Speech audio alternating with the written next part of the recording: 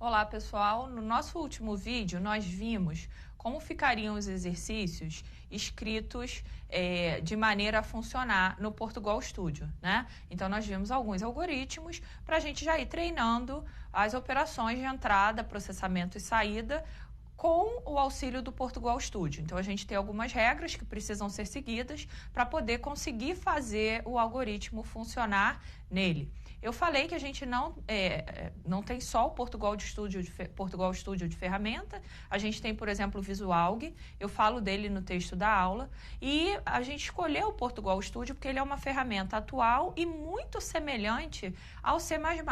Então os nossos algoritmos, quando virarem programas em C++, eles vão ter uma sintaxe muito semelhante. E é isso que eu quero mostrar para você hoje. Aqueles algoritmos que nós fizemos no último vídeo, escritos em C++. Então, observem o slide que a gente tem aquele problema de mostrar o número, o quadrado e o cubo de um número, né? Já está aparecendo para você a estrutura mínima do C++. Então, lembra, o Dev C++, que é o ambiente que a gente está utilizando para testar os programas, não vai carregar essas linhas para você pré-digitadas, mas você vai precisar delas, né? E aí a gente começa com a declaração de variáveis do tipo inteiro. Observa que, diferente do Portugal Studio, onde a gente não usa ponto e vírgula, no C++ eu vou precisar declarar as variáveis e colocar lá no final dessa linha um ponto e vírgula, marcando que, olha, terminei a declaração aqui dessa linha. O comando cout é o que vai ser responsável pela exibição de mensagens, né, na tela. Então, cout, menor, menor, e a mensagem que eu quero exibir entre aspas. Cin é o comando para leitura de dados e armazenamento de valores de variáveis. Então, a gente vai receber um valor via teclado e esse valor que foi informado será armazenado na variável num. Quem me permite fazer isso é o comando cin, seguido desses sinais de maior, maior. Calculo o quadrado, calculo o cubo. Vejam que aqui a única diferença é esse ponto e vírgula no final, né? É tudo muito semelhante à maneira como escrevemos os algoritmos lá no Portugal Studio. E agora eu vou montar a mensagem para aparecer em tela. Olha a combinação de variável e mensagem. Então eu coloco cout, menor, menor, num. O que vai aparecer em tela não é essa palavra, num. O que vai aparecer em tela é o valor armazenado na variável num. Por quê? Como é que o C++ entende que é isso que ele tem que fazer? Quando eu não coloco as aspas, ele entende que isso não é uma mensagem a ser exibida em tela. Isso é uma referência a uma variável ou a uma constante, e o que ele precisa fazer é pegar o valor armazenado nessa variável ou constante e mostrar na tela. Então aqui a gente tem cout, e aí eu exibo o valor da variável num, seguido da mensagem ao quadrado e aí seguido do valor armazenado na variável quadrado. Faço a mesma coisa para a variável cubo. O número ao cubo e aí mostro o valor armazenado na variável cubo. Então, vejam que a estrutura é muito semelhante ao Portugal Studio, né? Salvo esses detalhes de maior e menor do cin e cout, todo o resto é muito semelhante. Então, vamos ver o exemplo agora daquele em que eu digo a idade da pessoa a partir dos dias que ela viveu, novamente desconsiderando anos bissextos. Então, eu preciso da variável para guardar a quantidade de dias e para guardar os anos quando eu fizer o cálculo, né? Lá no Portugal Studio, a gente declara essas variáveis como sendo do tipo real. Aqui, no C++, elas são declaradas como float. Mostro a mensagem em tela, quantos dias você já viveu. A informação dada pelo usuário será armazenada na variável dias. Agora eu faço o cálculo dividindo esses dias por 365 e armazenando o resultado dessa conta em anos. E aí mostro em tela para o usuário. Você já viveu o valor armazenado em anos, seguido da palavra anos. Então, monto uma mensagem bonitinha na tela para o usuário. É muito importante que você tenha cuidado na hora de exibir o resultado para o usuário. Por que eu não coloco só anos, né? E aí ele mostra o resultado armazenado na variável anos. Imagina, você mostra na tela para o usuário quantos dias você já viveu. Aí ele digita lá, 5.462. Aí embaixo aparece, não estou fazendo a conta, né? Vamos supor, 65. O que é esse 65, né? O ideal é que você, na sua informação de saída, na sua mensagem de saída, monte uma mensagem que o usuário vai ver e vai compreender que informação é aquela que você está dando, né?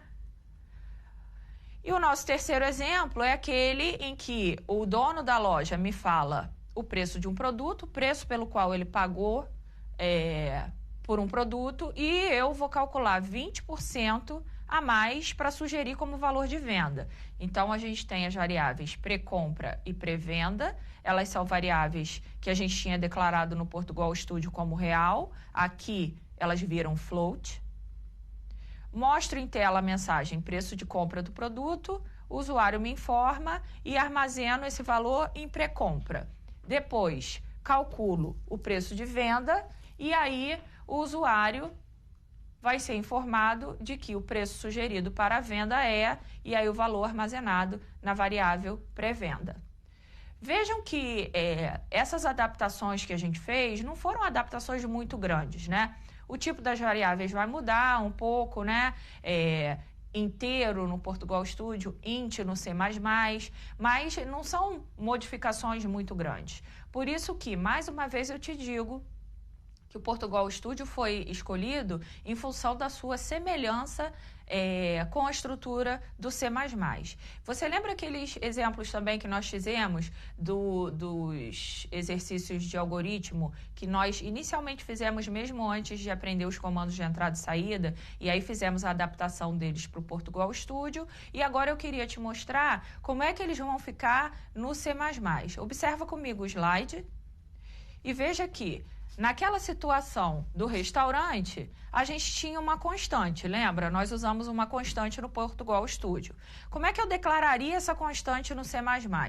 Muito parecido, né? Só que o tipo que no Portugal Studio foi real, aqui virou float, porque é como a gente declara variável desse tipo no C++.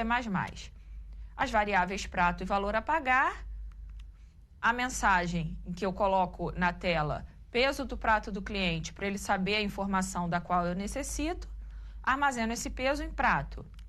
O processamento, onde eu descubro qual é o valor a pagar, multiplicando o peso do prato pelo valor do quilo.